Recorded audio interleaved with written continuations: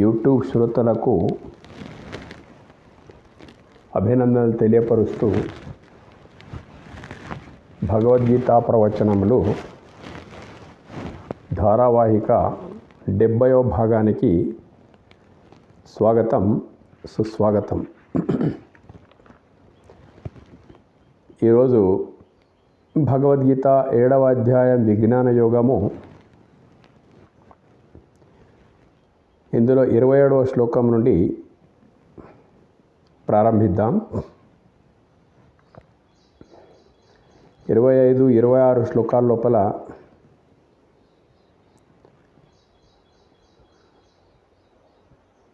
ఇరవై 25, 26 శ్లోకాల లోపల యోగ మాయ అంటే ఏంటో తెలుసుకున్నాం. కాల జ్ఞానం భూత భవిష్యత్ వర్తమానాల యొక్క విషయం కూడా దానికంటే గొప్పది బ్రహ్మజ్ఞానమే అనేటువంటి విషయం కూడా తెలుసుకున్నాం. వ్యక్తమైనటువంటి శరీరంలో నాశనం, చావు పుట్టుకలతో కూడుకున్నటువంటి శరీరంలో చావు పుట్టుకలు లేనటువంటి ఒక పరమార్థ తత్వం ఏదైతుందో, చావు పుట్టుకలతో కూడుకున్నటువంటి శరీరం లోపల చావు పుట్టుకలు లేనటువంటి ఒక ఆత్మతత్వం ఏదైతుందో అది అవ్యక్త రూపమైనటువంటిది. వ్యక్తమైనటువంటి దేహంలో అవ్యక్తంగా ఉండేటువంటి ఆత్మతత్వం ఏదైతుందో దాని గురించి 24వ శ్లోకంలో తెలుసుకున్నాం. ఇప్పుడు 27వ శ్లోకం లోపల ఇచ్ఛాద్వేష సముత్థేన ద్వంద్వమోహేన భారత సర్వభూతాని సమ్మోహం సర్గే యాంతి పరంతప.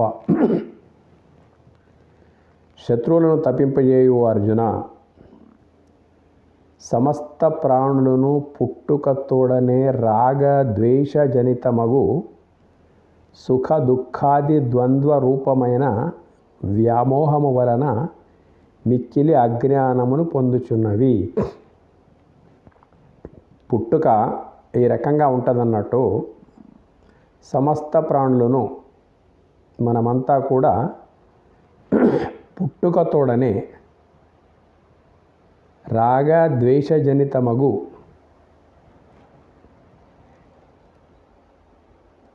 పుట్టుకతోడనే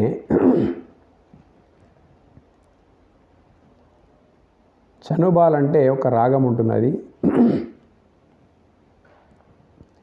ఆకలి అనేటువంటి ఒక ద్వేషం ఉంటున్నది. ఆకలిని పోగొట్టుకునేటందుకు కొరకు బాల్యం పుట్టుకతోనే ఇవన్నీ మన లోపల ఉన్నాయి. రాగద్వేషజనితమగు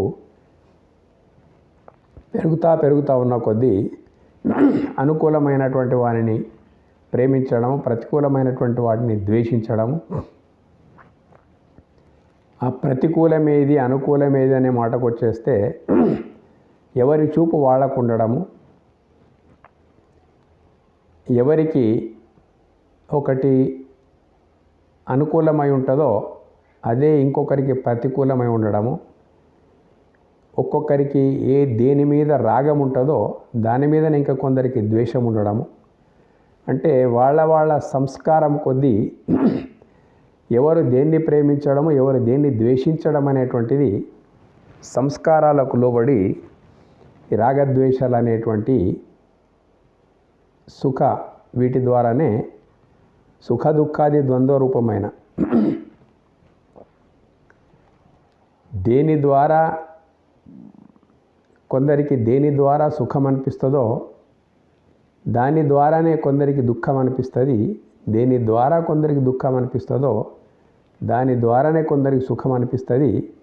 యానిషా సర్వభూతానాం తస్యాం జాగర్తి సంయమే అని 2వ అధ్యాయం లోపల మనకు వస్తుంది ఈ విషయము. జ్ఞానికి ఏది అనుకూలమో, అంటే జ్ఞానికి ఏది చీకటో అజ్ఞానికి అది వెలుతురు, అజ్ఞానికి ఏది చీకటో జ్ఞానికి అది వెలుతురు. అంటే వాళ్ళ సంస్కారాన్ని బట్టి సుఖ దుఃఖాది ఈ ద్వంద్వ రూపమైనటువంటి సుఖంలో గల దుఃఖాన్ని అజ్ఞాని చూడలేడు, దుఃఖంలో గల సుఖాన్ని జ్ఞాని చూడగలుగుతాడు. ఇలా ఎవరి సంస్కారాన్ని బట్టి ఈ సుఖ దుఃఖాలు అనేటువంటి వ్యామోహం వలన, ద్వంద్వరూపమైన వ్యామోహం వలన మిక్కిలి అజ్ఞానమును పొందుచున్నవి. విషయ వ్యామోహం, శబ్ద స్పర్శ రూపరస గంధాలు అనేటువంటిది వ్యామోహం ఏదైతుందో వీటి వలన మిక్కిలి అజ్ఞానమును పొందుచున్నవి. వాస్తవంగా చెప్పాలంటే ఈ సుఖ దుఃఖాలకు ప్రత్యేకమైన అస్తిత్వం అంటూ లేదు. మనసు యొక్క కల్పనని, సంస్కారం ఏది మనకు ఉంటుందో ఆ సంస్కారము వలననే మనకు సుఖము దుఃఖం అనేటువంటి కలుగుతూ ఉన్నాయి. జ్ఞాని దేన్ని రాగదృష్టితో చూస్తాడో అజ్ఞానికి అది ద్వేషం కనిపించవచ్చు. అజ్ఞాని ఏదైతే రాగదృష్టితో చూస్తాడో జ్ఞానికి అది రాగం అనిపించకపోవచ్చు. ఇట్లా సృష్టికి ఒక ప్రత్యేకమైన అస్తిత్వం అనేటువంటిది లేదు. దృష్టిని బట్టే సృష్టి ఉంది. ఈ వ్యామోహం లోపలనే, అజ్ఞానం లోపలనే మనమంతా ఉన్నామన్నట్టు. మూలమైనటువంటి అజ్ఞానం ఏమిటి అనే మాటకు వచ్చేస్తే, ఏది నీవై ఉన్నావో,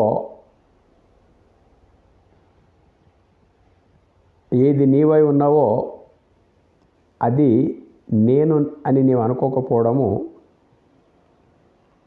ఏది నీవు కావో అదే నేను అనుకోవడం, దేహ దృష్టి, దేహ తాదాత్మ్యత ఏదైతే ఉందో, ఈ రకంగా దేహ తాదాత్మ్యత రూపం లోపల నుండి వ్యామోహం,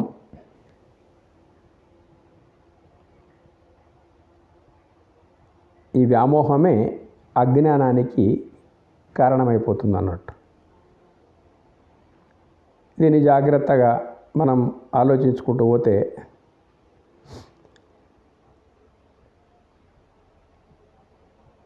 వ్యామోహం వెనుక వివేకం లేకపోవడం వల్ల వ్యామోహం ఉంటుంది. వ్యామోహం వలన ప్రమాదాలు వచ్చి పడుతూ ఉంటాయి అన్నట్టు. అందుకే ఇక్కడ వివేకం గురించి కూడా గత శ్లోకాల లోపల చెప్పబడ్డది. మిక్కిలి ద్వంద్వరూపమైన వ్యామోహం వలన మిక్కిలి అజ్ఞానమును పొందుచున్నవి.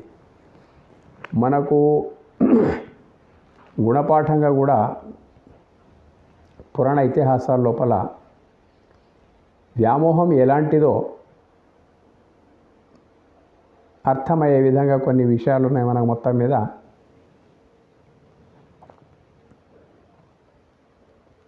జింక పైన ఉండే వ్యామోహం వల్ల,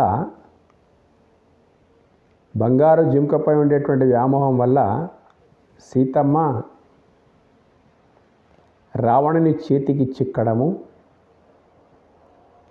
సీతపై పెంచుకున్న వ్యామోహము వలన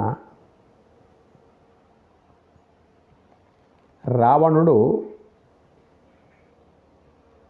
మరణించడం,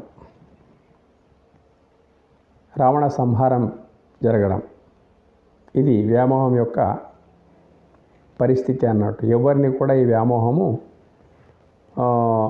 ఎవరికి ఉన్నప్పటికైనా కానీ వాళ్ళ యొక్క దుఃఖం, ఆ వ్యామోహం వలన అజ్ఞానం కలుగుతూ ఉన్నది, అజ్ఞానం వలన వ్యామోహం కలుగుతూ ఉన్నది, ఆ వ్యామోహం వలన మనకు దుఃఖం కలుగుతూ ఉన్నటువంటి విషయము రామాయణంలో మనకు స్పష్టంగా ఉంది.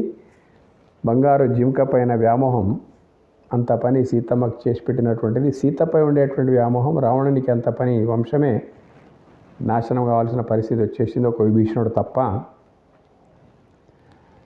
అదే రకంగా వ్యామోహం కారణంగానే మొత్తం పాండవుల రాజ్యం కూడా నాకే కావాలనేటువంటి రాజ్యమోహం ఏదైతుందో,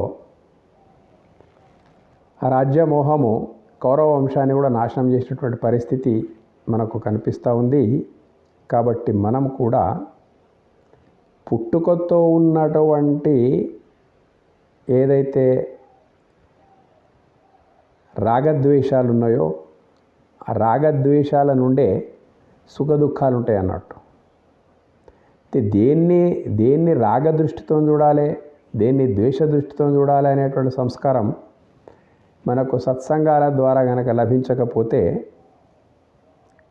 ఇవి ఇట్లాగే పీడిస్తూ ఉంటాయి, సుఖ దుఃఖాలు ఇట్లాగే వస్తూ ఉంటాయి. ఈ వ్యామోహమే, ఈ అజ్ఞానము వ్యామోహమే మనకు జీవితం లోపల తెచ్చిపెడతా ఉన్నటువంటి ఇది ఒక విషయం అన్నాడు. అయితే ఈ పుట్టుకతోడ ఉండేటువంటి ఏవైతే ఉన్నాయో కదా, ఇక్కడ మనం గమనించవలసినటువంటి విషయం ఏంటిదంటే 84 లక్షల జీవరాశుల లోపల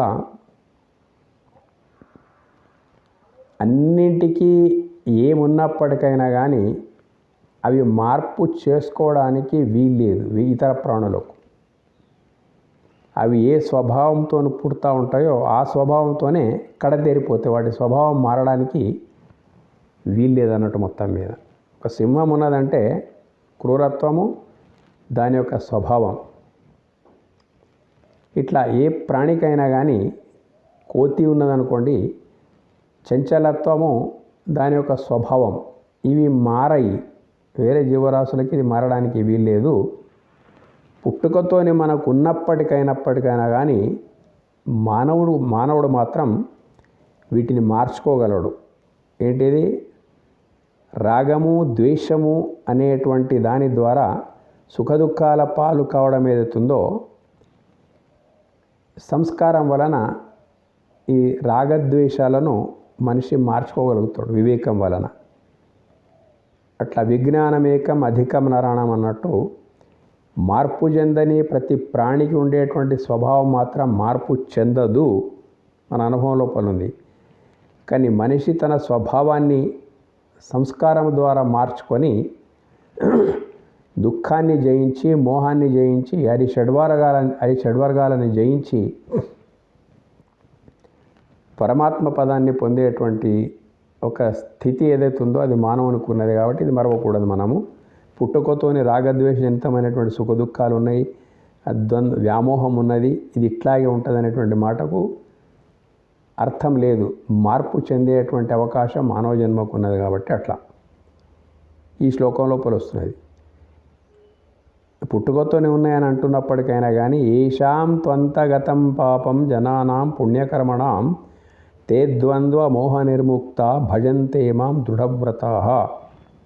చూడండి, ఏ ప్రాణికి లేనటువంటి అవకాశం మానవునికి ఉన్నదన్నట్టు ఇట్లా ఉందన్నట్టు. పుణ్యకార్య తత్పరులకు ఏ జనుల యొక్క పాపము నశించిపోయినదో అట్టివారు ద్వంద్వరూపము అజ్ఞానం నుండి విడువడిన వారై దృఢవ్రతులే నన్ను సేవించుచున్నారు. ఇది మానవ జన్మ యొక్క ప్రత్యేకత. పుణ్యకార్య తత్పరులకు ఏ జనుల యొక్క పాపము నశించిపోయినదో, పుట్టుకతోని ఉండేటువంటి పాప ప్రవృత్తి అనుకోండి, మోహం అనుకోండి, అజ్ఞానం అనుకోండి, ఇవి అన్నీ కూడా పుణ్యకార్య తత్పరులకు వీటిని తొలగించుకోవడానికి మనం చేయవలసిన పని ఏంటిదంటే పుణ్యకార్య తత్పరత అనేది మనం పెంచుకోవాల్సి ఉందన్నట్టు. ఏంటిది పుణ్యకార్య తత్పరత? పుణ్యకార్య తత్పరులకు ఈ జనుల యొక్క పాపం నశించిపోయినదు. ఇది ఎట్లా అంటే, ఒక బ్యాంకులో మనం అప్పు తీసుకున్నాం, ఓ 10 లక్షల రూపాయలు అప్పు తీసుకున్నాము. ఈఎంఐ బేస్లా ఎంతో కొంత అప్పు ఈఎంఐ అంటే నెలకు ఇంత కట్టవలసినటువంటి నిబంధనల పైన మనకు అప్పు ఇచ్చింది బ్యాంక్. సరే, మన ఖాతా లోపల 10 లక్షల రూపాయలు ఖర్చు రాసేసుకున్నది బ్యాంక్. ఒకవేళ ఈఎంఐ ప్రతి నెల సక్రమంగా మనం చెల్లిస్తూ ఉంటే ఆ రుణము తనకు తాను తగ్గిపోతూ ఉంటుంది అన్నట్టు. లేదు, చెల్లించలేదు అంటే వడ్డీతో సహా మూలధనం మనకి ఇచ్చినటువంటి మూల రుణం ఏదైతుందో అది బాగా పెరిగిపోవడానికి అవకాశం ఉంది. అట్లాగే పుణ్యకార్య తత్పరులు మానవ జన్మకు వచ్చిన తర్వాత అది ఏ జన్మ లోపల ఏం చేసుకున్నాము, ఏమిటిది వ్యామోహము, ఏమిటిది సుఖము, దుఃఖము, ఇదంతా ఉండనివ్వండి, ఏమైనా ఉండనివ్వండి, అది తొలిపోవడానికి ఒక అవకాశం ఉంది. పుణ్యకార్య తత్పరులకు మానవ జన్మకు వచ్చిన తర్వాత పరోపకార పుణ్యాయ పాపాయ పరపీడనం, ఇదొక్కటి గమనిస్తే స్వర్గం ఇక్కడే ఉందన్నట్టు. మనిషికి పుణ్యకార్యాలు చేస్తూ పొండి జన్మాంతర దోషాలు తనకు తాను తగ్గిపోతూ ఉంటాయి అన్నట్టు. పుణ్యం అంటే ఏమిటి? చాలామంది చాలా మాటలు చెప్తూ ఉంటారు, కానీ వాస్తవంగా మనము యజ్ఞాలు, పూజలు, అర్చనలు, పుష్కరాలు, కుంభమేళాలు ఇలాంటి అన్నీ చేయడం వల్ల పుణ్యం పెరుగుతుంది అనేటువంటి ఒక మాట లోక విదితమై ఉన్నదన్నట్టు. సరే, వద్దు అని కాదు మా అభిప్రాయము, కానీ అంతటితో పెరగడం మాత్రం సాధ్యం కాదు. ఎందుకు సాధ్యం కాదు అంటే, డబ్బులున్నోళ్ళు యాత్రలు చేయవచ్చు, డబ్బులున్నోళ్ళు యజ్ఞాలు చేయవచ్చు, డబ్బులున్నోళ్ళు ఏమైనా చేయవచ్చు. కాబట్టి వాటి వల్లనే పుణ్యం పెరుగుతుంది అంటే, అవి చేయనటువంటి వాళ్ళు పాపం పెరుగుతుంది అన్నట్టు. అవి చేయలేనటువంటి వాళ్ళకు పాపం పెరుగుతున్నట్లు లెక్కకు వస్తుంది. కాదు, వాస్తవంగా బయటికి కనిపించేటువంటి ఎన్ని మనం చేసినప్పటికైనా ఆ రకంగా కాకుండా ముఖ్యమైనటువంటిది పరోపకార పుణ్యాయ. పుణ్యకార్య తత్పరులంటే ఏది నీ వల్ల అయితా ఉందో అది ఇతరుల కొరకు చేయగలగాలి. అందరి వల్ల ఒకటే కాదు పుణ్యకార్య తత్పరత అంటే. శ్రీమంతులు పేదలకు ఆదుకునే శక్తి ఉంటుంది అన్నట్టు. అది నీవు అన్నార్థుల యొక్క ఆకలిని తీర్చేటువంటి సామర్థ్యం ఉంటుంది కొందరికి. ఒక్కొక్కరు విద్యను ధారపోయడం ఒక పుణ్యకార్యం, పేదల కొరకు ధనాన్ని ధారపోయడం ఒక పుణ్యకార్యం, బలహీనుల కొరకు నీ దగ్గర బలం ఉంటే ఆ బలాన్ని ధారపోసి వాళ్లకు బలహీనులకు ఉండే భయాన్ని తొలగించి వాళ్ళకు రక్షణ కల్పించడం కూడా ఒక పుణ్యకార్యమే. ఒక వైద్యుడు ఉన్నాడంటే ఉన్న వాళ్ళంతా ఏం డబ్బు తీసుకున్నా కొంత లేని వాళ్ళు వస్తారు. ఆ లేని వాళ్లకు నీవు నీ వైద్యాన్ని ధారపోయడం అంటే ఉచితంగా అనుకోండి, లేక రేటు తగ్గించి అనుకోండి, ఇది ఒక పుణ్యకార్యం. అంటే మానవ సేవయే మాధవ సేవ. మాధవ సేవ కొరకు ఇవి చాలా ముఖ్యమైనటువంటి అన్నట్టు. కానీ ఇది మనకు తెలియకపోవడం వల్ల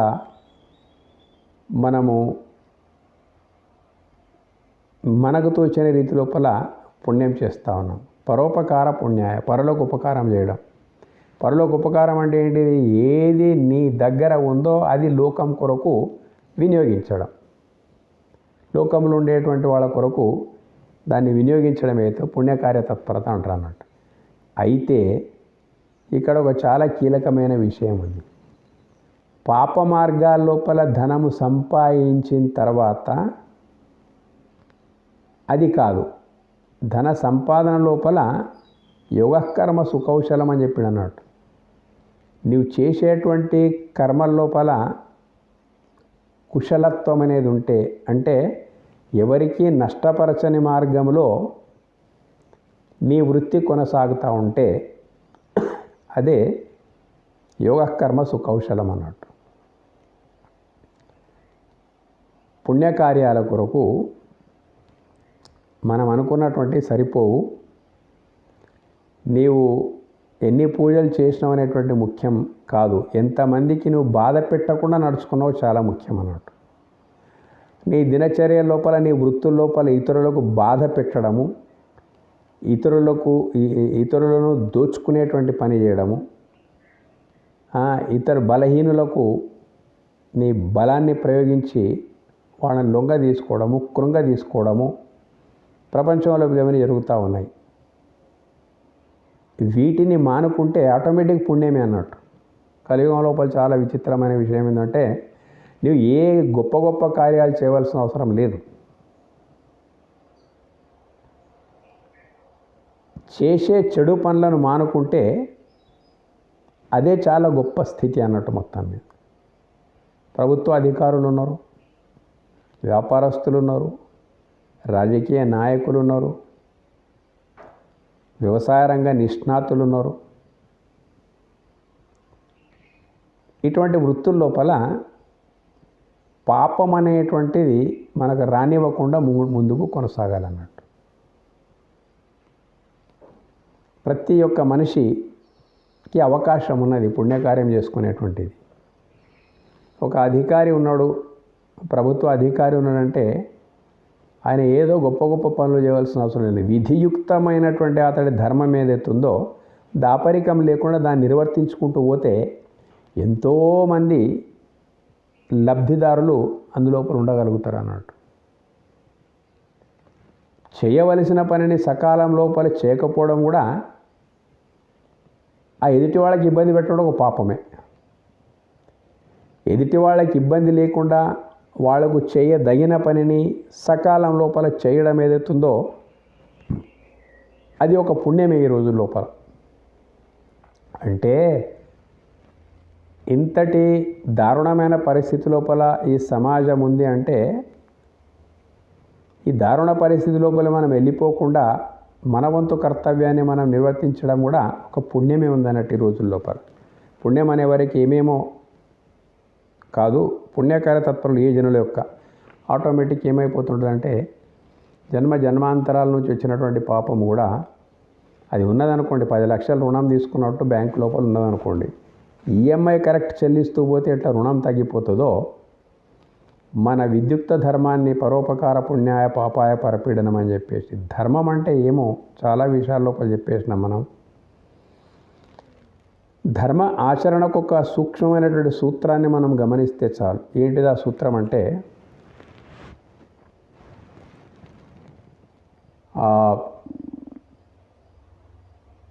ఎదుటి వాళ్ళ ఏ చేష్టల వలన మనకు కష్టము నష్టము బాధ కలుగుతూ ఉంటుందో అయిపోయింది. పుస్తకాలు చదవాల్సిన అవసరం లేదు మనమే. అంటే ఎగ్జాంపుల్గా ఇది చాలా ముఖ్యం అన్నట్టు. ఎదుటి వాళ్ళ ఏ చేష్టల వలన మనకు కష్టము నష్టము బాధ కలుగుతూ ఉందో అలాంటి చేష్టలు మన దగ్గర ఉండకుండా మన ద్వారా ఎదుటి వాళ్లకు కష్టము నష్టము బాధ కలగకుండా మనకు ఉండేటువంటి వృత్తులు నిర్వర్తిస్తూ పోవడమే వాస్తవమైనటువంటి ధర్మము. ఇదే పుణ్యకార్యం అన్నట్టు. ఎవరి కర్తవ్యాన్ని వాళ్ళు అవగాహన చేసుకొని ఎదుటి వాళ్ళకు బాధ లేకుండా ప్రవర్తించడం అవుతున్నదో అన్ని వృత్తుల లోపల వచ్చేసినాయి. రాజకీయము, ఉద్యోగ రంగాలు, పారిశ్రామిక రంగాలు, కార్మిక రంగాలు, వ్యవసాయ రంగము, ప్రతీది ఎన్నైతే ప్రపంచం లోపల ఉన్నాయో అన్ని వృత్తులు కూడా వర్తిస్తుంది ఈ సూత్రం. నీ స్థాయి ఏముందో నీ స్థాయి లోపల నీ ఎదుటి వాళ్ళ కష్టం నష్టం బాధ కలిగించకుండా నీ కర్తవ్యాన్ని నిర్వర్తించుకుంటూ పో. ఆటోమేటిక్ నీ విధియుక్త ధర్మమే నీకు ఒక మహాయజ్ఞంగా పరిణమించడానికి వీలుందన్నట్టు. ఎటు తిరిగి నీ ద్వారా చెడు జరగకుండా కొనసాగడం. మంచి చేతనైతే ఇష్టముంటే చెయ్యి, మంచి చేసే సామర్థ్యము లేదనుకోండి మొత్తం మీద చెడు చేయకుండా ఉంటే చాలు, అదొక పుణ్యకార్యమే అవుతుంది అన్నట్టు. ఇట్లా దీన్ని చేయడం వల్ల ఏమిటంటే ఆటోమేటిక్ జన్మాంతరాల నుంచి వచ్చినటువంటి లంపటం ఏదైతే కర్మ లంపటం ఉన్నదో అది తగ్గిపోవడానికి అవకాశం ఉన్నది. ఆ పుణ్యము పెరిగిన తర్వాత దాని పరిణామం ఏముంటుంది చూడండి.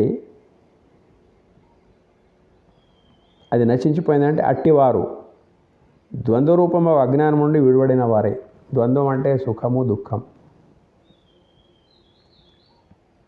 దీని నుంచి విడివడిపోతారు. ఎట్లా విడివడిపోతారంటే ద్వంద్వరూపమైనటువంటి అజ్ఞానం నుండి విడివడిన వారే. ఎట్లా విడివడిపోతారు అనే మాటకు వస్తే, మనిషి తన జీవితం లోపల అజ్ఞానము కారణంగానే 70% సమస్యలను కొని తెచ్చుకుంటున్నాడు మనిషి. అజ్ఞానమే కారణం ఇక్కడ. అందుకే అంటున్నాడు అజ్ఞానం విడివడిన వారే. మనము జ్ఞానము లేని కారణంగా ఎక్కడ సుఖమున్నదని మనం అనుకుంటున్నామో అక్కడ లేదు సుఖం. అజ్ఞానం అనిపిస్తూ ఉంటుంది. అజ్ఞానము ఇంద్రియ విషయ భోగాలు ఈ యొక్క పరమ పురుషార్థం అనుకుంటున్నాను అన్నట్టు. ఇంద్రియ విషయ భోగాలు వీటి లోపల రమించడమే, కామోపభోగమే పరమ పురుషార్థంగా భావిస్తాం మనం. కామోపభోగమే పరమ పురుషార్థంగా అంటే కామము, కోరికలు, వాటిని భోగించడము. పరమ పురుషార్థం అంటే ఇంతకు మించింది ఇంకొకటి లేదని మనం అనుకుంటాం అన్నట్టు. ఇది దీనికి కారణము అజ్ఞానం అన్నట్టు. అయితే ఈ అజ్ఞానం కారణంగానే చాలా సమస్యలు మనిషికి ఎదురవుతున్నటువంటి దుఃఖాలు అనుకోండి. ఈ దుఃఖాలకు చాలా గొప్ప కారణం ఏంటంటే మన అజ్ఞానమే కారణం అన్నట్టు. అజ్ఞానము ఇంత మొదలు చెప్పినట్టు ఆ బంగారు జింకలో ఏముంది అనే మాటకు వచ్చేస్తే, రామునికి మించింది ఏమీ లేదు అందులోపల. సీతకు ప్రాణ సమానమైనటువంటి వాడు, సర్వస్వమైనటువంటి వాడు శ్రీరాముడు. కాబట్టి ఆమె పాలిట రామునికి మించింది ఇంకొకటి ఏమీ లేదు అని ఆమెనే అన్నదన్నట్టు. అయినప్పటికైనా కానీ అలాంటి రాముణ్ణి జింకను చూసిన తర్వాత నేత్రాల ద్వారా మోహం అనేటువంటి మనసు కంది ఆ జింక నాకు కావాలని కోరడం ఏదైతుందో ఎవరిని పంపింది? తన ప్రాణమే అయినటువంటి శ్రీరాముని దాన్ని తీసుకురమ్మని పంపింది అన్నట్టు. ఇదేంటిది? వ్యామోహం అన్నట్టు. అంటే దాని ద్వారా ఎంత గొప్ప ఒక అజ్ఞానం అనుకోండి, దాని ద్వారా ఎంత గొప్ప పీడ కొని తెచ్చుకోవాల్సి వచ్చేసింది. ఇట్లా ప్రతి మనిషి కూడా సత్సాంగత్యం లేకపోవడం వల్ల, సద్గ్రంథ పఠనం లేకపోవడం వల్ల, సత్పురుషుల యొక్క సాంగత్యం లేకపోవడం వల్ల, సదాచారం ఏంటో తెలుసుకోకపోవడం వలన ఏదైతే ఊహించి బ్రతుకుతానో ఈ రోజుల్లో ప్రత్యేకంగా యువతకు అవసరం ఉందన్నట్టు. సుఖం కొరకు వీళ్ళు ఎన్నుకుంటున్నటువంటి మార్గాలు చాలా విచిత్రంగా ఉన్నాయి. సకాలంలో పెళ్లి చేసుకోకపోవడం ఒక సుఖం అనుకుంటున్నాడు. వయసు మీరేంతవరకు పెళ్లి చేసుకోకుండా ఉండడం కూడా ఒక సుఖం అనుకుంటున్నాడు. స్త్రీలైనా ఆడవాళ్ళైనా మగవాళ్ళైనా. ఇది ఏంటిది?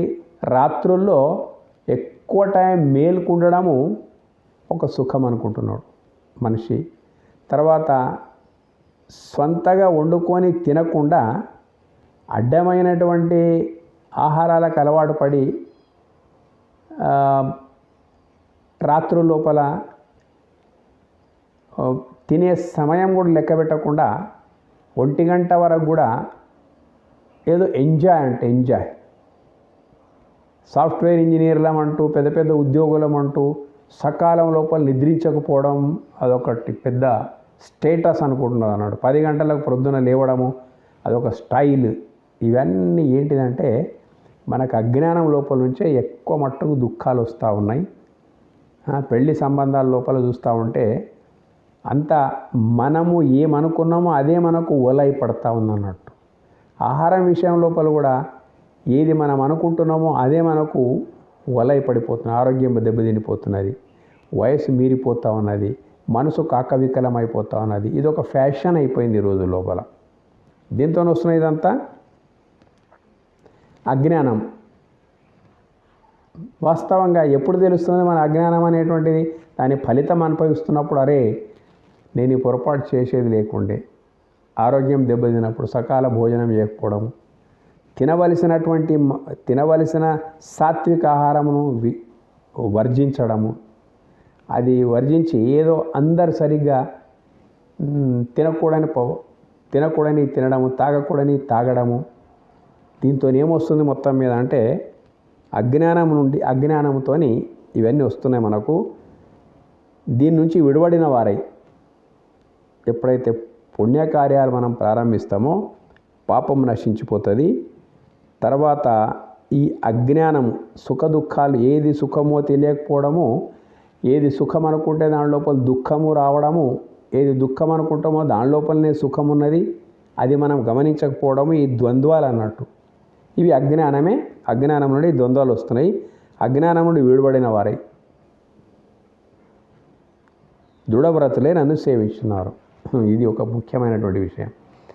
భగవంతుని మీద భక్తి కుదరడము, ఏకాగ్రంగా భగవంతుని ఉపాసించడము, ధ్యానించడము, జపించడం ఏదైతుందో ఒట్టిగా సాధ్యమయ్యేటువంటిది కాదు. ఇది చాలామంది అనుకుంటారు. కానీ దృఢవ్రతులు కావాలంటే ఎక్కడి నుంచి ప్రారంభం కావాలి అనే విషయంకి వచ్చేస్తే, పరోపకారం చేసేటువంటి పుణ్యకార్య తత్పరత పెంచుకోండి.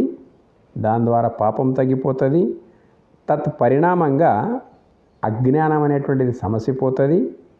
అజ్ఞానం సమసిపోవడం వల్ల ఏది సరి అయిన మార్గమో అనేటువంటిది మనకు అర్థమైపోతుంటుంది. అజ్ఞానం తొలగిపోయిన తర్వాత అప్పుడు భక్తి లోపల మనకు ఒక దృఢత్వం అనేది రావడానికి అవకాశం ఉన్నది. దృఢత్వం మనకు లేకపోవడం కారణం ఏంటిదంటే దాని వెనకాల ఇంత సరంజామా ఒకదాని తర్వాత ఒకటి ఉంటుంది అన్నట్టు. దృఢవ్రతులై భగవంతుని సేవ లోపల ఉండాలంటే అది ఊరికే వచ్చేటువంటిది కాదు, మూలతః ప్రక్షాళన జరగాలి అనేటువంటిది ఈ శ్లోకం లోపల మనకు అర్థమవుతా ఉన్నది. ఇట్లా దృఢవ్రతులైనటువంటి వాళ్ళు జరా మరణమోక్షాయ మామాశ్రిత్య యతంతియే తే బ్రహ్మ తద్విదుః కృష్ణం అధ్యాత్మం కర్మచ అఖిలం. ఎవరు వార్ధక్యమును మరణమును పోగొట్టుకునుట కొరకు నన్ను ఆశ్రయించి ప్రయత్నము చేయుచున్నారో, చాలా కీలకమైనటువంటి శ్లోకం ఇది. వారు సమస్త ప్రత్యేగాత్మ స్వరూపమును సకల కర్మములను ఆ బ్రహ్మమే అని తెలుసుకుందరు. పరిపూర్ణ ప్రజ్ఞాస్థితి. ఈ శ్లోకం లోపల ఏమంటున్నాడంటే, వార్ధక్యమును మరణమును పోగొట్టుకున్నట కొరకు భగవద్ ఆశ్రయం లోపల ఉండే ఫలితం ఏమిటిది అనే మాటకు వచ్చేస్తే, మనిషి మృత్యుంజయుడైపోతాడు. మృత్యుంజయ మంత్రం వార్ధక్యమును మరణం పోగొట్టుకున్నట కొరకు. ఈ వార్ధక్యము తొలగిపోవాలి, మరణము తొలగిపోవాలి. ఇవి రెండు దేనికి అంటుకొని ఉన్నాయి? జన్మకు అంటుకొని ఉన్నాయి. అంటే పుట్టుకకు ఇవన్నీ అంటుకొని ఉన్నాయి అన్నట్టు. మృత్యుంజయ మంత్రం ఇదే చెప్తా ఉన్నది. నాయన, మృత్యుంజయము అంటే మృత్యుని జయించడం అంటే చావకుండా ఇదే లోకం లోపల ఇట్లాగే ఉండడం కాదు. అక్కడ చెప్తా ఉందన్నట్టు.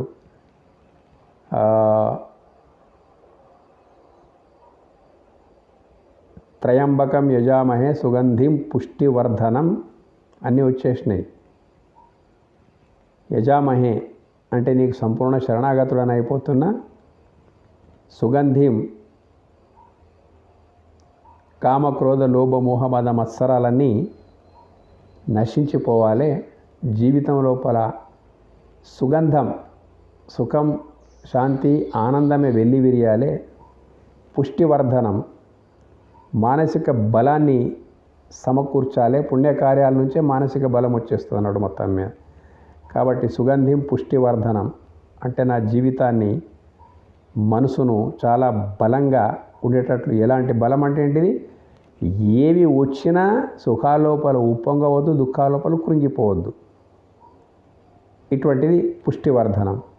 ఆ తర్వాత ఏమో ఉర్వారుకమివ బంధనాన్ అంటే వచ్చే మృత్యు ఏదైతే ఉందో నా ఆత్మ దేహాన్ని త్యజించే ముందు స్పృహ లేకుండా అది జరిగిపోవాలి.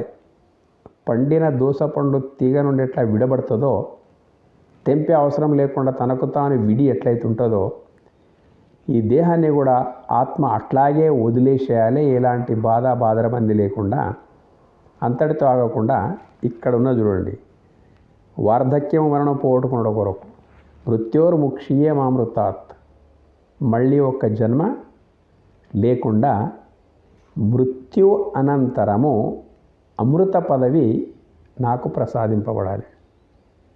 మోక్షం అమృత పదవి నాకు ప్రసాదించబడాలి అంటే అర్థం ఏంటిది? తిరిగి జన్మ లేకుండా నాకు ఐక్య స్థితి ఏదైతే ఉందో, పరమాత్మలో ఐక్యమయ్యేటువంటి స్థితి ఏదైతే ఉందో నాకు ప్రసాదించాలి అనేటువంటి మృత్యుంజయ మంత్రం యొక్క అర్థం. అంటే ఇది నిజమైనటువంటి మృత్యు. అంటే మళ్ళీ జన్మనే లేనప్పుడు మరణం ఉండదు. జన్మ ఉంటే బాల్య యవ్వన వార్ధక్యాలు ఇవన్నీ ఉంటాయి. కౌమారం, బాల్యం, యవ్వనం, వార్ధక్యం జన్మకే ఉంటాయి. ఇవన్నీ జన్మ లేనప్పుడు శారీరక శరీరమే లేనప్పుడు వార్ధక్యం అనేటువంటిది ఉండదు. వార్ధక్యం యొక్క పీడ ఉండదు శరీరమే లేనప్పుడు. తర్వాత వార్ధక్యం ఉండదు, శరీరమే లేనప్పుడు మరణం కూడా ఉండదు. అలాంటి పరిస్థితి పోగొట్టుకున్నట కొరకు ఎందుకప్పా ఈ భక్తి మార్గం మనకు అనే మాటకు వచ్చేస్తే, జీవన్ముక్త స్థితి మనిషి బ్రతికున్నప్పుడే మోక్షానందం అనుభవించేటువంటిది ఏదైతే ఉందో, నీ పుణ్యకార్య తత్పరత వల్ల క్రమేణ నీ పరిస్థితి అక్కడికి వెళ్ళిపోతుంది. తర్వాత దేహ త్యాగ అనంతరం కూడా మళ్ళీ దేహం లభించినటువంటి అమృత పదవి మనకు దొరుకుతుంది. కాబట్టి ఈ వార్ధక్యము మరణం అంటే జన్మరాహిత్యము, ఇంకా మళ్ళీ జన్మ ఉండకుండా ఉండడం కొరకు, పోగొట్టుకున్నట కొరకు నన్ను ఆశ్రయించి, అంటే సంస్కారం వల్ల సత్సంగం ద్వారా నన్ను ఆశ్రయించి ప్రయత్నం చేయుచున్నారో, ఇక్కడ నన్ను ఆశ్రయించి అంటే భగవంతునైతే డైరెక్ట్ ఆశ్రయించలేం మనము. అట్లా అంటే మనము ఉన్నదే ఆశ్రయం, భగవంతుని ఆశ్రయం లోపల, కానీ గమనించడం లేదు. గమనిస్తే మనం ఉన్నది పరమాత్మని ఆశ్రయం లోపలనే ఉన్నామన్నట్టు అనే విషయం మనకు తెలిసేది ఎట్లా? దేవుడు నీకు దూరం లేడు, దేవుడు నీలోనే ఉన్నాడు అనేటువంటి విషయం మనకు తెలియడం ఎట్లా? ఆ జ్ఞానం సంపాదించడము, ఈ జన్మరాహిత్యాన్ని పొందడము ఎట్లా అంటే, పరమాత్మని యొక్క నిరాకార పరమాత్మని యొక్క సాకార రూపమే సద్గురు రూపం. ఎట్లా శ్రీకృష్ణుని ముందు అర్జునుడు నిలబడ్డాడు. అర్జునుడు ఎవరిని ఆశ్రయించిండు? శ్రీకృష్ణుని ఆశ్రయించాడు అన్నాడు. శిష్యస్తేహాం షాధిమాం త్వాం ప్రపన్నం అని భగవద్గీతలో చెప్పేసి అన్నాడు. నేను నిన్ను ఆశ్రయిస్తున్నా, నాకుండేటువంటి అజ్ఞానాన్ని పోగొట్టి సుజ్ఞానాన్ని ప్రసాదించి, కార్పణ్య దోషోపాత పృచ్ఛామిత్వం ధర్మ, ఏమిటిదో ధర్మం అనేటువంటి నాకు తెలిపి,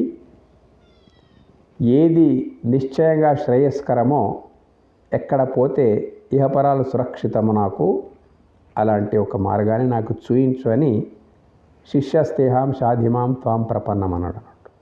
నేను శిష్యుడిని అయితా, నీవు బోధించు, శాసించు, నీకు నేను శరణాగతుడిని అని చెప్పేసి ఆశ్రయించాడు అన్నట్టు. 7వ అధ్యాయం 2వ శ్లోకం లోపల, 2వ అధ్యాయం 7వ శ్లోకం లోపల, 2వ అధ్యాయం 7వ శ్లోకం లోపల. అదే తర్వాత 4వ అధ్యాయం 34వ శ్లోకం లోపల కూడా తద్విద్ధి ప్రణిపాతేన పరిప్రశ్నేన సేవ ఉపదీక్షంతి తే జ్ఞానం జ్ఞానిన తత్వదర్శిన. సృష్టి నియమాలు ఉన్నాయి కొన్ని. ఆ సృష్టి నియమాల ప్రకారంగానే మన మనుగడ కొనసాగాలన్నాడు. ప్రతిదానికి ఒక నియమం ఉన్నది. అన్నం కావాలంటే భూమిని ఆశ్రయించాలి, దాహం తీరాలంటే జలాన్ని ఆశ్రయించాలి. ఎట్లా ఉన్నాయో కామతృప్తి కొరకు ధర్మబద్ధమైనటువంటి సతిపతి సంబంధం ఉండాలి. సృష్టి నియమాలు ఉన్నాయన్నట్టు. సంతానము ఉత్పత్తి జరగాలంటే సతిపతుల సంగమం ద్వారానే అది ఉత్పత్తి జరిగి సృష్టి నియమాలు ఉన్నాయి ఇవన్నీ. ఈ సృష్టి నియమాలను తూచా తప్పకుండా పాటిస్తూ ఉన్నాం. ఎవడైనా పాటించకపోతే వాడిని మందలిస్తాం కూడా మనం మొత్తం మీద. అట్లాగే ఇక్కడ ఒక నియమం ఉంది. ఏంటిది ఆ నియమం అంటే ప్రణిపాతేన పరిప్రశ్నేన చెప్పాడన్నాడు మనకు సూత్రం. నీకు నిజంగా జన్మరాహిత్యం కావాలి, పునర్జన్మ లేనటువంటి అమరత్వం అనేది నీకు సాధ్యం కావాలంటే పరిప్రశ్నేనే సేవయ, వాళ్ళని ఆశ్రయించు, పరిపరి విధాల ప్రశ్నించు తత్వవేత్తలను.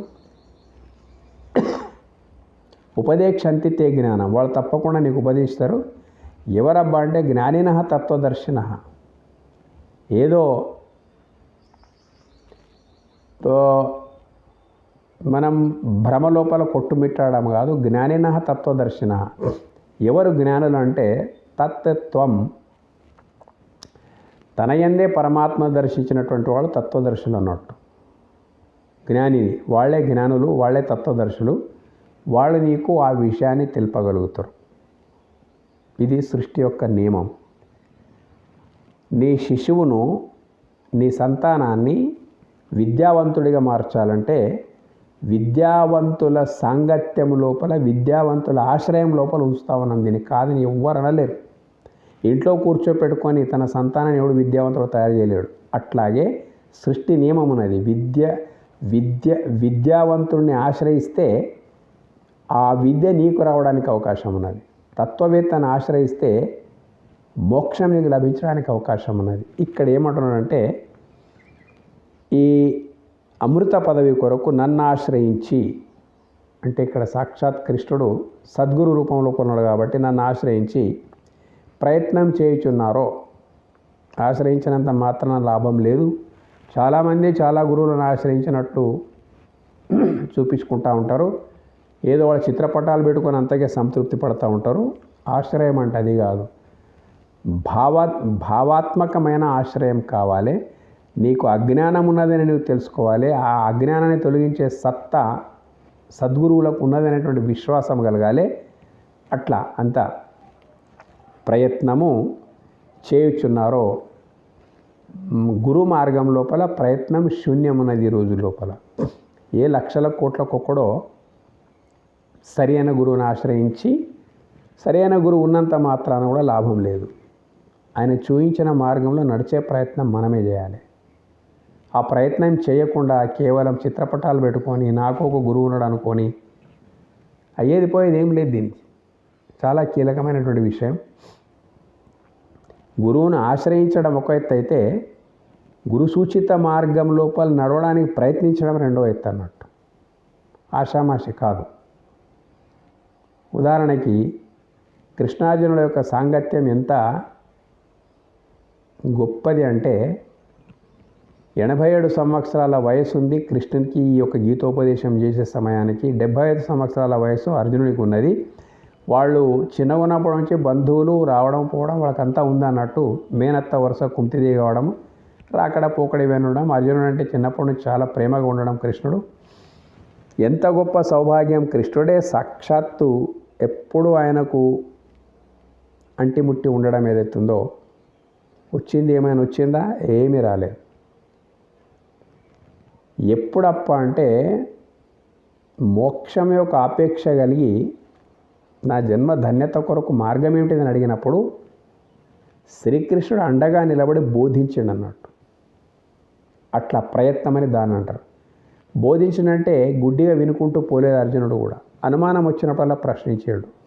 ఇదే రీతిగా శ్రీరాముడు వశిష్ఠుల వారి కూడా అనేక రకాల ప్రశ్నించి తత్వాన్ని తెలుసుకునే ప్రయత్నం చేసిండు అన్నట్టు.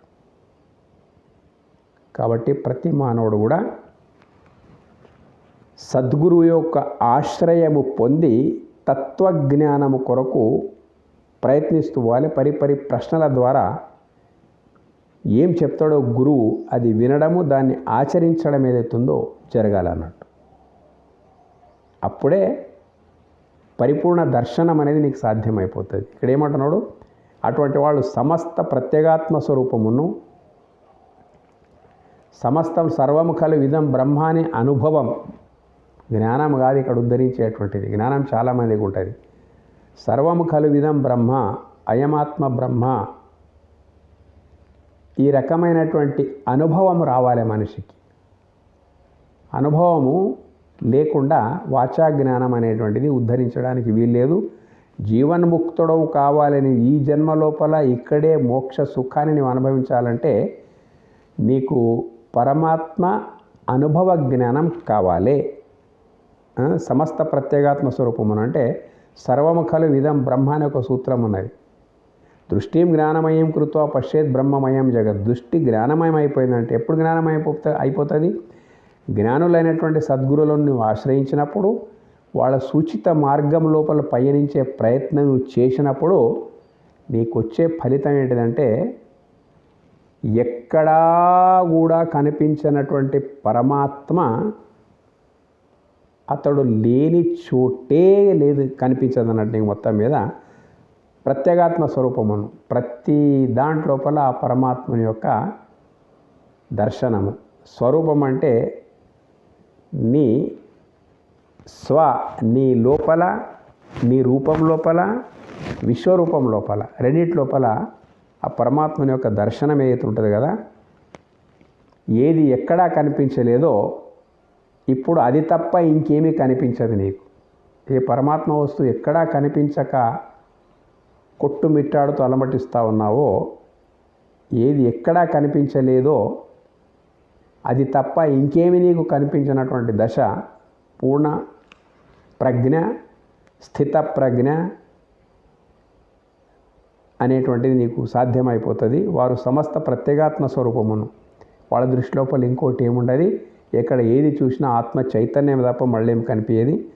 తర్వాత సకల కర్మములను ఆ బ్రహ్మమే అని తెలుసుకున్నాము. మనం కర్మలు చేస్తూ ఉన్నాం, దేహ తాదాత్మ్యత నుంచి కర్మలు చేస్తూ ఉన్నాం.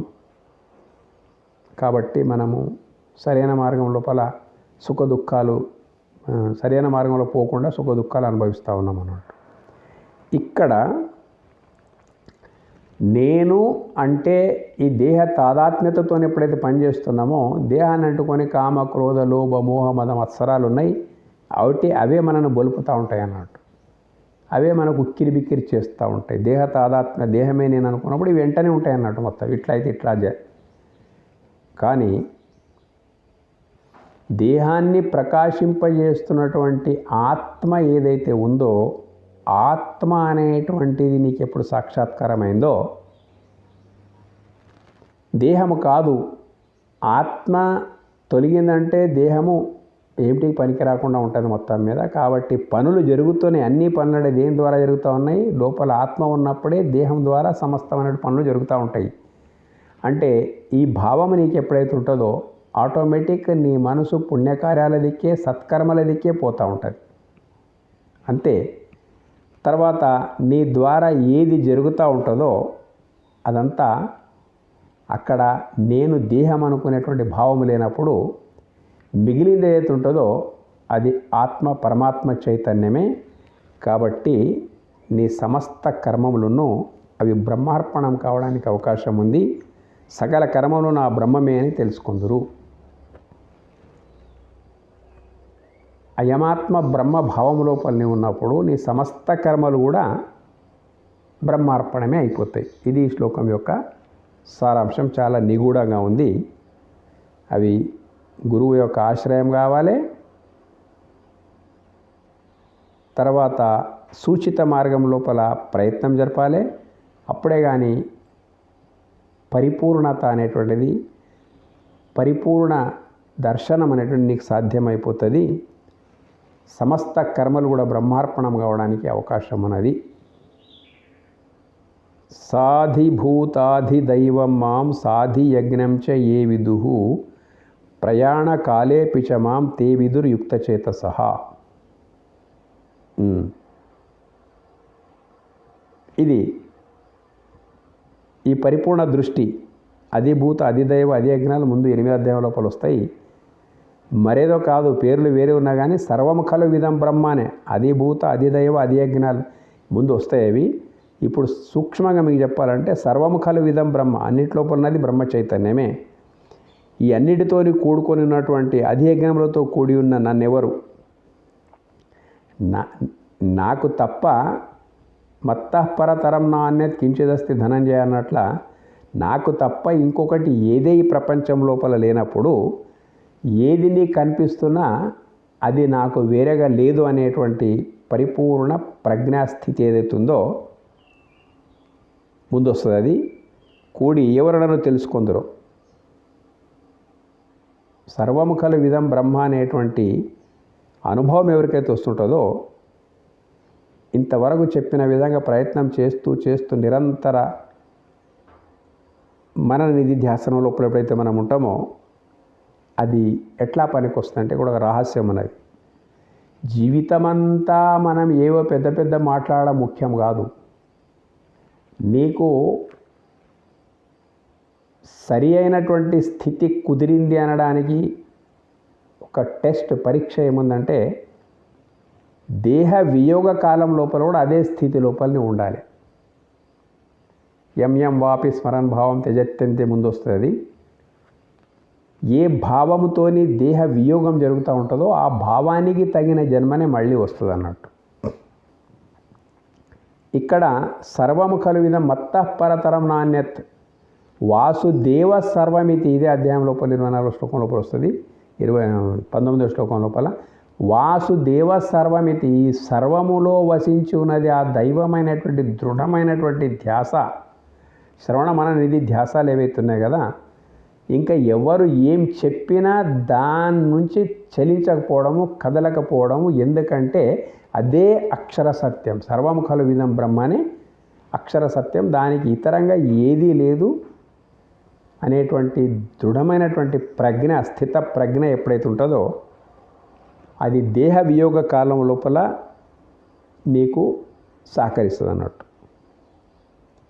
కాలమందు కూడా నిలకడగల మనస్సు కలవారై నన్ను ఎరుగగలరు. ఈ సారాంశం ఏంటిదంటే ఇప్పుడు వస్తుంది 8వ అధ్యాయం లోపలది ఈ ప్రశ్నలు ఉంటాయి. అందులోపల అది అధిభూతమైతే అధిదైవమైతే అధియజ్ఞమైతేమి ఈ పదాలు వేరైన పదార్థం అంతా ఒక్కటి, అన్నిటి లోపల ఉన్నది ఆ పరమాత్మ చైతన్యమైనటువంటి అక్షర సత్య అనుభవం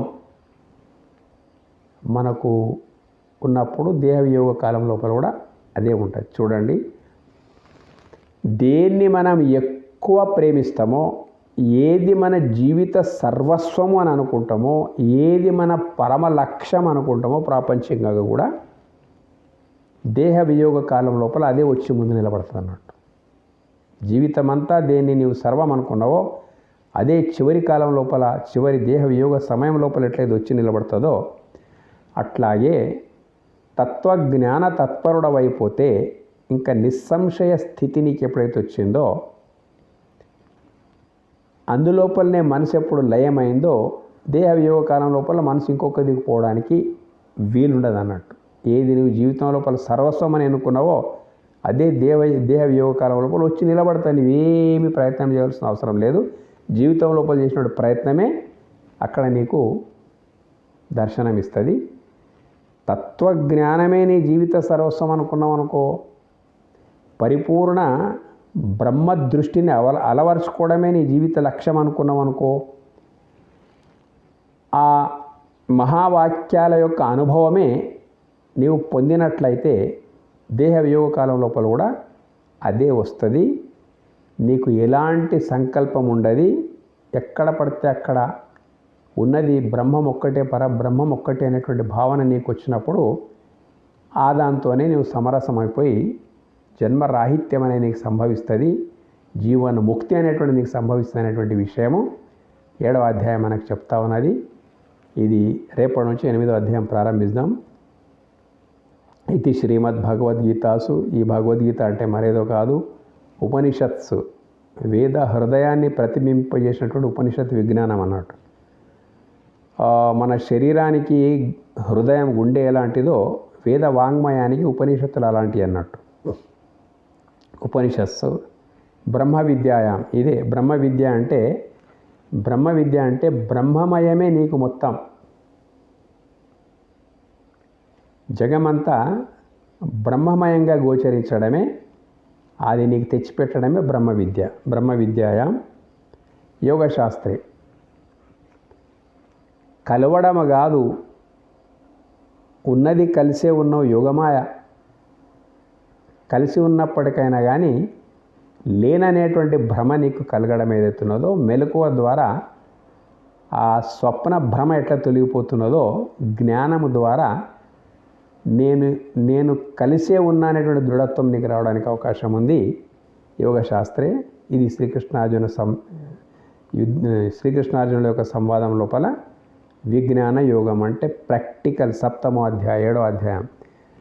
ఇక్కడ ఈ అధ్యాయాన్ని సరిగా అర్థం చేసుకుంటే మనకు విజ్ఞానం అంటే ఏదో పరమాత్మ అక్కడున్నాడు, ఇక్కడున్నాడు, ఇట్లున్నాడు, అట్లున్నాడు కాదు. అపరోక్షానుభూతి. అక్కడ లేడు, ఇక్కడ లేడు, ఎక్కడ లేడు, ఎక్కడ ఉన్నదంతా అతడే అనేటువంటి అనుభవం ఏదైతే ఉన్నది కదా, అటువంటి అనుభవాన్ని ప్రసాదించేదే విజ్ఞానము. అటువంటిది. ధన్యవాదాలు. ఇది మీకు నచ్చితే సబ్స్క్రైబ్ చేయండి. రేపటి నుంచి 8వ అధ్యాయం.